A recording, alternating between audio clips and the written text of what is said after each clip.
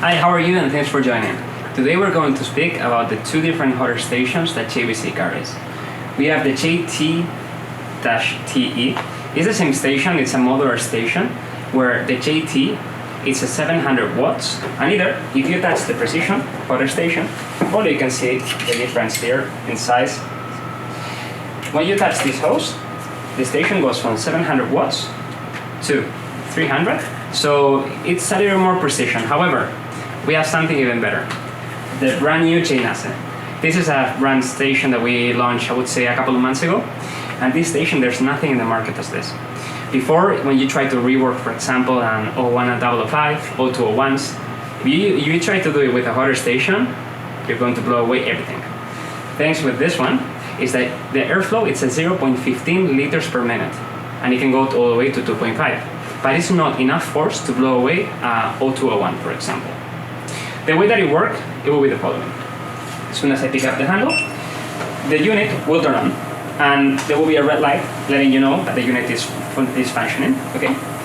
You will come close to the component, you will refill the component, and you will remove the component.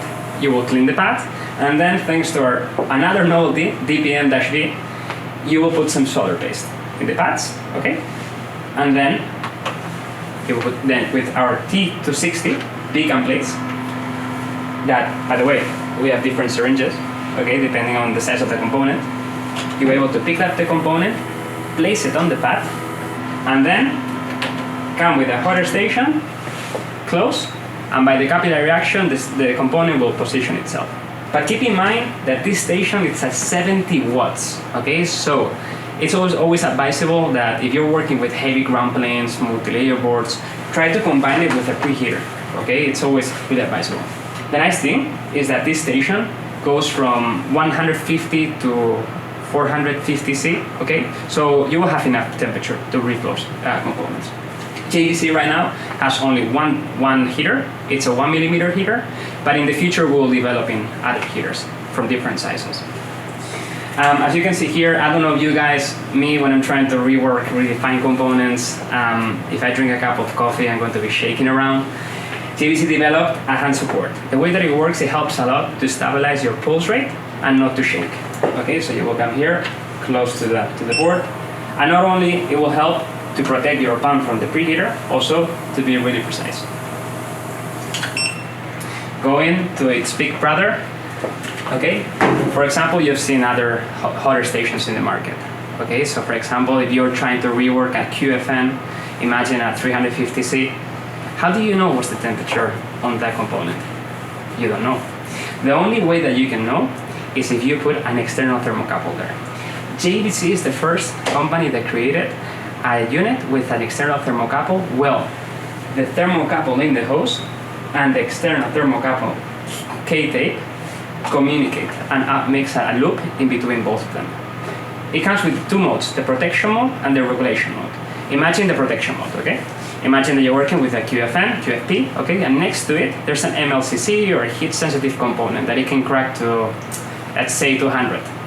You can attach the thermocouple nearby that heat-sensitive component, and if the temperature reaches to 200, the station shuts off. The regulation mode is what I was explaining a little before, is that you can attach, imagine 350, and 350 on the thermocouple. The way that it works is that you place the thermocouple in the QFN, and it doesn't matter how close or far you are, the station will deliver more power or less power, more airflow or less airflow, having always 350 in that component. The nice thing also as well is that this station has, as you remember, there's a suction pump, right? So we have a suction pump here, where we have these little tripods and these little extractors, where, for example, this, you have like a little IC. Okay, you can stick the component, and it will stick to the component. You start reflowing, and once the component is reflowed, it will pop up for you. You don't have to be trying to use a pair of tweezers, for example, and trying to lift it up and maybe damaging the board. Okay. The station as well has more than 20 profiles. So I don't know if you've seen this arm. It's a pretty nice arm. The way that it works is the following: if you have a repetitive board where you can create as a profile, this arm is an XY arm, okay, so you can put it side by side, and you will place it create the profile, and have the same consistency and repeatability. Okay? And as well as my advice, try to always combine as much as possible with a preheater. That will benefit in trying to decrease the temperature on the board, on the host, sorry, and then have a better rework solution. Thank you so much. If you want to try a demo, feel free to ask, and let's see you in another video.